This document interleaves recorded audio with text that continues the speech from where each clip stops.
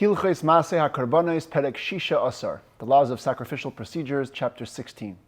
Rambam continues again the theme the last couple of days about how to make and fulfill voluntary commitments related to sacrifices. And the Rambam begins with a wonderful halacha that has a wonderful sicha of the Rebbe, analyzing it both from a halachic perspective and also from a pnimius, the inner dimension, the Hasidic perspective of the halacha. Says the Rambam halacha aleph hanoider godel vehevi katan. If somebody makes a commitment, he promises to bring a big animal, and he ends up bringing a small version of that animal. As the Rambam will soon define an example, you say, I promise I'm going to bring an ox, it's a big adult ox, he ends up bringing a calf. Lo yotza, he has not fulfilled his promise. Katan behevi godel, but if he promises to bring a small one, here, I'm going to bring a small calf. Behevi godel, and he brings a big one, yotza, he has fulfilled his obligation. Keitzad, what does that mean? Rambam gives practical examples, even though I just gave some. Amar, if a person says, I take upon myself to bring a burnt offering or a peace offering as a lamb, small sheep, vehevi ayel, and he brings a ram, an adult sheep. Or he promises to bring a calf and he brings an ox, gdi vehevi soyer, or a kid goat and he ends up bringing an adult goat. Yatza, he has fulfilled his obligation. Why does the Rambam bring these examples? Because he's telling you that the only time you fulfill your obligation by bringing a bigger animal is not only if it's bigger in size, it has to be of the same type also. You promise to bring a small one and you're bringing an adult version of the small one. Not if you promised a lamb and you bring an ox. That's not a fulfillment. That's a different species. But within the same species, if you promised a small one and you bring a big one, it works. And the question is why? What is the reason for that? Seemingly you promised to bring a lamb. You're bringing a ram. You brought something different to what you promised. By the way, there's another opinion in the Talmud that says that you don't fulfill your obligation even if you bring a big one instead of a small one. The sages, the majority, ruled this way that the Rambam rules, that you are Yaitse, but why? So the simple explanation is, you can look at it both from the person's perspective and from the animal's perspective. From the person's perspective, he meant to bring something to Hashem. He's offering a sacrifice. He ended up bringing more, so he could afford more. That's beautiful. Even from the animal's perspective also, you can say, there's an expression that says, Yesh bichlal masayim mana. In 200, 100 is included. So in a bigger animal, a smaller animal is included.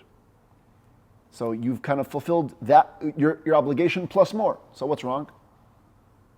But the Rebbe says it doesn't sit very well. First of all, the equation to money is not a good equation because in 200 there actually is 100, but in a big ox there isn't a small calf. Big ox is a new species in a way. It's a bigger version. It's a whole different animal. Plus, when it comes to promises and vows, we're usually very, very specific. Fulfill what you said, do what you said. You're bringing something different to what you said. It shouldn't work. It's a long sicha that the Rebbe delivered, but the bottom line in the verse that the Torah talks about when it says vows, there's double expression. It says, Moitzas vasecha tishmar, guard what comes out of your lips, v'asisa ka'asher nadarta, and do like you promised. If you analyze the verse, that means there's two elements to a vow. There's the words that left your lips, that's moitzas vasecha, and then there's ka'asher nadarta, like you promised, the spirit of the promise. Every vow has two elements. There's what you said and what you meant. But not just what you meant in your head, the concept, what's behind the vow. So usually, in certain cases, in regular vows, we follow moitzas vasecha. What did you say? Tell me what your lips emitted. That's what you have to bring. But when it comes to sacrifices, we follow the second half of the verse. So long as you're doing the spirit of the promise, that's fine. Presumably, why does a person say, I want to bring only a lamb? Why didn't he say, I want to bring a ram? Doesn't he know to bring a sacrifice, you should bring the best, the fattiest, the greatest? Why did he say only a calf, not an ox? Probably because he couldn't afford it.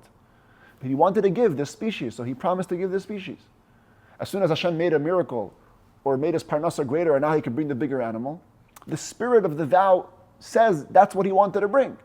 He wanted to bring the best he could. This is the best he could. He's bringing it now. And so you have fulfilled ka'asher nadarta. You have fulfilled like you promised. That was what was carrying you. That was what was carrying your thought when you made the promise. Why are sacrifices different to regular nadarim? So here the Rabbi gets a little bit what we call lumdish, a legal halachic analysis. There's a very big difference between making a vow that relates to mundane things and making a vow that relates to sacrifices. A vow that relates to mundane things, the person creates the entire existence of the prohibition. Say a person says, you know what, I'm not going to eat any more grapes. I don't want to eat grapes. I'm making a vow not to eat grapes. There's no concept of a prohibition on grapes anywhere. Apples, oranges. You created the prohibition from scratch. Because you created the prohibition from scratch, because you created the obligation from scratch, so we follow exactly what you said. But when it comes to sacrifices, when you say, I want to bring a burnt offering is a concept that exists in the Torah. You didn't create that concept. You did what's called chalois. You had that concept devolve upon a specific object in your possession. It took effect. The pre-existing concept in the Torah takes effect on your possession. Therefore, since you aren't creating something entirely new, you're simply attaching a pre-existing concept to your property, so we follow more the spirit, not the exact wording. And spiritually, it really reflects itself why that is in the case of sacrifices. Every other mitzvah deals with a specific object, a specific part of the body, a specific concept. Hakorbanos, definitely spiritually speaking, the idea of a korban is kiruv, bringing yourself close to God. It represents a more total, all-encompassing closeness to Hashem. When a person is totally, all-encompassingly getting close to Hashem, the specifics aren't what matters so much. It's more the general spirit and the general approach. So other mitzvahs, outside of sacrifices, we follow the exact meaning of the vow to the letter. But when it comes to a vow related to sacrifices, we follow the heart, we follow the spirit. And yes, you promise to bring a lamb, but you want to bring a bigger version of a lamb. That's fine. There's a bigger, you've graduated to a higher level of sacrifice. Katan gadol, the Rambam uses those words exactly. And he doesn't say smaller or bigger. He says more of minor or adult. Originally, you wanted to approach God in a more childish way. Now you're approaching God in a more adult way, a greater way. We'll take it. And therefore, as long as it's in the same species, you can't cross species, but as long as you're in the same species, if you brought a bigger one, you're good. Halacha beis, nadar oila min hakvasim min ha'elim behevi palgas. A person promises to bring a lamb or a ram, and he ends up bringing the sheep in the middle. If you remember, when the Rambam was defining, way in the beginning of these laws, the general categories of sacrifices, keves is an animal, a sheep within its first year of life. Ayil is an animal within its second year of life, but after 13 months old. That first month of the second year, the lamb is kind of not here nor there. It's called the palgos. So if a person promises to bring a sheep, he should really bring this. If a person promises to bring a ram, he should really bring this. If in either case he brings the one in the middle, it's a doubt whether or not you fulfill your obligation. So too, if somebody promised to bring a burnt offering from one of the turtle doves or pigeons, the two types of birds that are allowed for bird offerings, and he brought either of these two species as the feathers around their neck were beginning to yellow, which is the beginning stage of disqualification for both types. One because it's too old at that point, and one because it's too young at that point, as we also saw in the beginning of these laws. This is a doubt if you fulfilled your obligation. Nadar shachar vehevi lavan vehevi shachar. If you promise to bring a black animal, you brought a white one and you brought a black one. Zachar vehevi nekeva vehevi zachar. You promised to bring a male, you brought a female, and you brought a male. Lo yatsa, you haven't fulfilled your obligation because you didn't bring the species which you stated. Halacha gimel haneider stam. When somebody declares a vow without further stipulation, maybe min hagdolim shabamin shanadar. You take the greatest or the biggest of the species which you promised, and you bring that one. But if the place in the region which you are, when they say sheep without stipulation, they mean a specific type of sheep, not the biggest one, you follow the local custom. Because with vows, it's a very important thing. We follow what the people mean when they say these vows. Ketzad, what does that mean, practically? A person promises to bring a burnt offering from cattle. What's cattle? Cattle could be a bunch of animals. Yavishar, he has to bring an ox. That's the biggest of the type. Amar harei alay oila. But if he just said, I promise to bring a burnt offering, check what people mean when they say that. If people in that locale, when they say burnt offering with no stipulation, they could even mean a bird burnt offering. Maybe you just have to bring one bird, turtle dove or pigeon. But if when they say oila in that locale, they mean a cattle-sized burnt offering, you have to bring an ox, and the same applies to all similar situations. When someone promises to bring an ox or a ram or a sheep or a calf, any species, don't look for the most emaciated type of that species. because that costs too little. But you don't have to bring the fattest, nicest, biggest, where there's no higher than that. Then you bring the average. But if you brought the Yemesh, we can't hold you to account. You fulfill your obligation.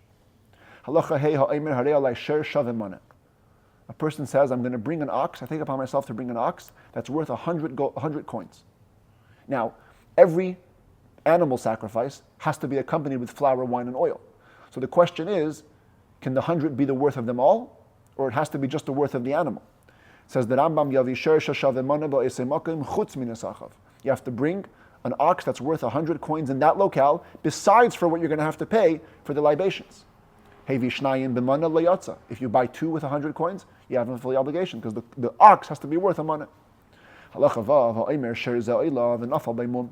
What if a person says, I want this ox to be a oila, and then all of a sudden it gets blemished, its foot breaks or whatever? If you want, when you convert it to money, which is what you do when an animal gets a blemish, you can use that money and buy two animals. Even if you bring a lower level species, a ram, you fulfill your obligation. Because once the animal gets blemished, the holiness gets transferred to the money, and with the money you can do whatever you want. Amar, if you said on the opposite side, these two oxen are going to be a burnt offering, and they both got a blemish. If you want, you can use them to bring one animal with the money. Same thing if a person says about a ram, I want this ram to be a burnt offering, and it gets a blemish. If you want, you can use the money to buy a sheep, even though it's lower quality, or lower in age. If you promise to bring a sheep and it became disqualified, if you want, you bring a ram with the money. The point is, once it converts to money, you can then go and take whatever you want with that money. Halacha Zayin Amar, if a person says, I take upon myself to bring a burnt offering, and he indeed puts aside an ox as his burnt offering, and then it gets stolen. He can now exempt himself with a sheep. You have to replace the ox, but you could even replace it with a small sheep. Amar Sher Vidamav Alai Oila. But if you said this ox and its worth is upon me to bring it as a burnt offering, hukba, the holiness has become set in and permanent.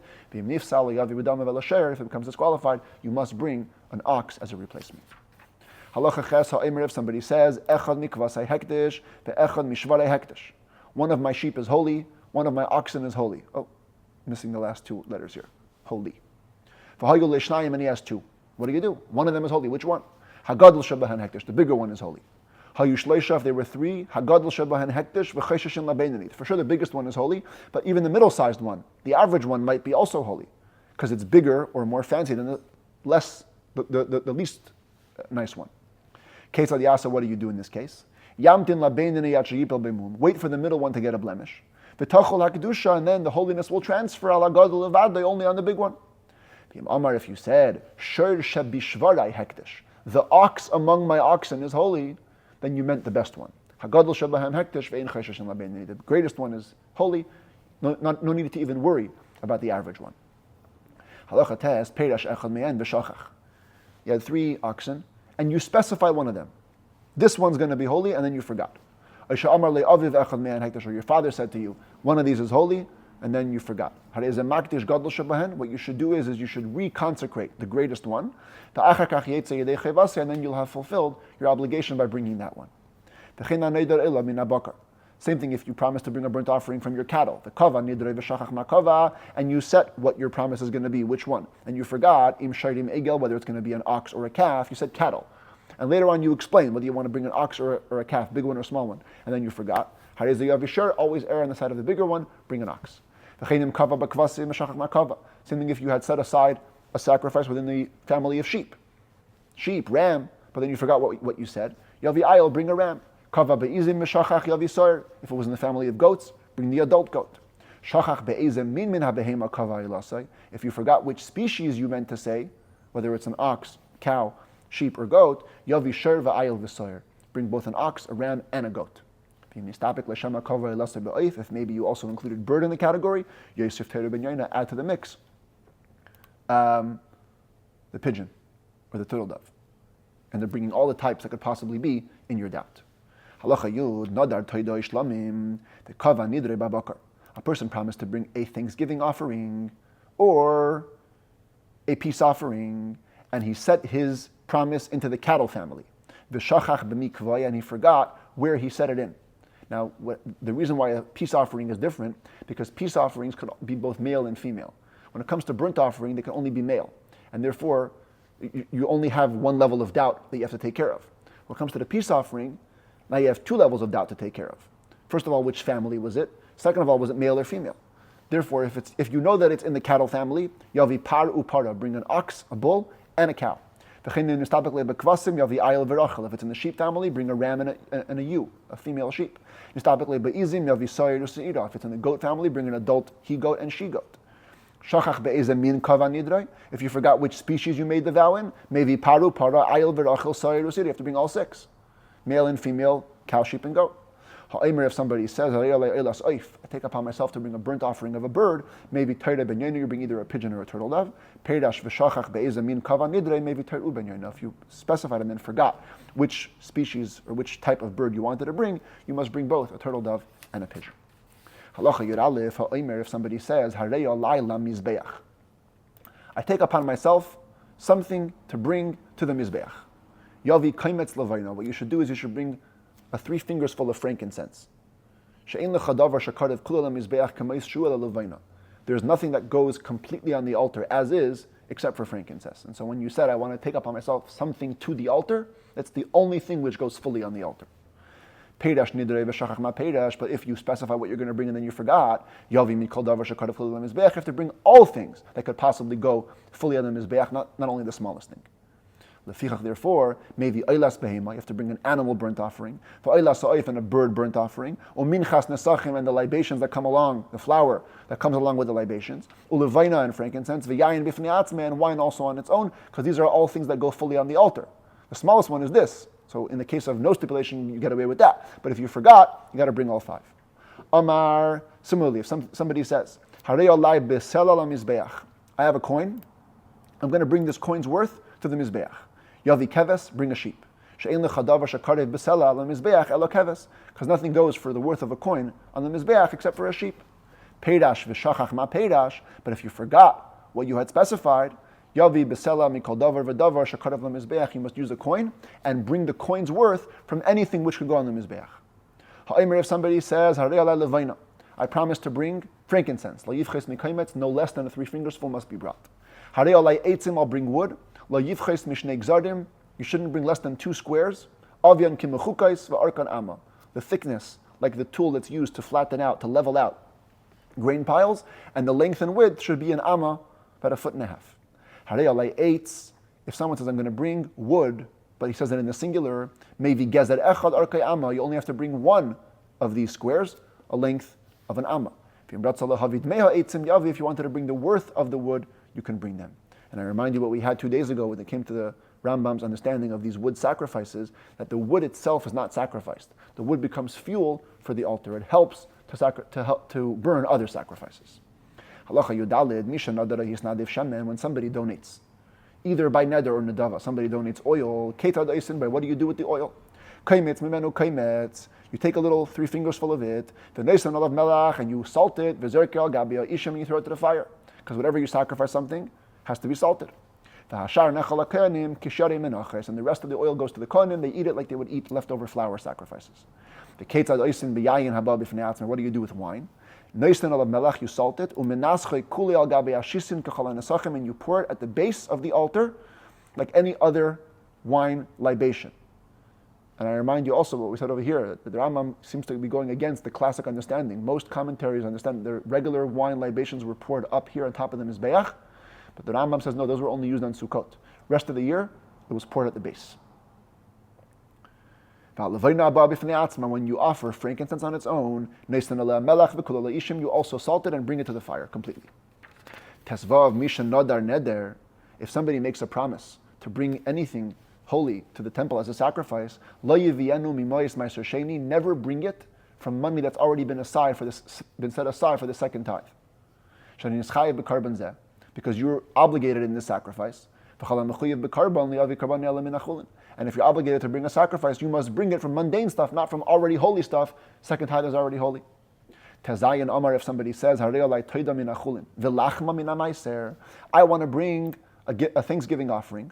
I'll bring the animal from plain mundane stuff, but I want to bring the breads that come along with the Korban Toida, the 4 types of breads, from second tithe money. You must bring the bread anyways from mundane money. Because you've made a promise to bring a Thanksgiving offering. The rule is that Thanksgiving offerings can only come with bread bought from mundane funds, not from Maaseh Sheni funds. But if somebody specifies and says, I want to bring a Thanksgiving offering using my Maaseh Sheni funds, and then I'll bring the bread from mundane funds, you can bring as you said. Even if you bring it all from the mundane funds, it's also fulfill your obligation. The point is you have a permission to use the holy funds for the animal. So too, if you specified and said, I'm going to bring both the animal and the bread from Maaseh Sheni funds, Yavi, you can bring it. But even then, don't bring the breads from wheat that's actually been planted as the second tithe, been separated as the second tithe, rather from money. That you've converted the holiness of a second tithe to the funds, use the funds to buy flour. The same way the animal you'll be buying from funds that have Maaseh Sheni holiness on them. But even though you said you're going to bring the bread from the Maaseh Sheni funds, the libations, the accompanying flour, wine, and oil that come along with the animal, that can for sure not be brought from second tithe funds. Nesachim can only come from mundane funds, as we explained in chapter 2, because it says about them, the person who brings the sacrifice has to bring it from his own. They must fully belong to him, have no side. In other words, no element of them can belong to God. Second tithe belongs to God. It's holy in a certain way.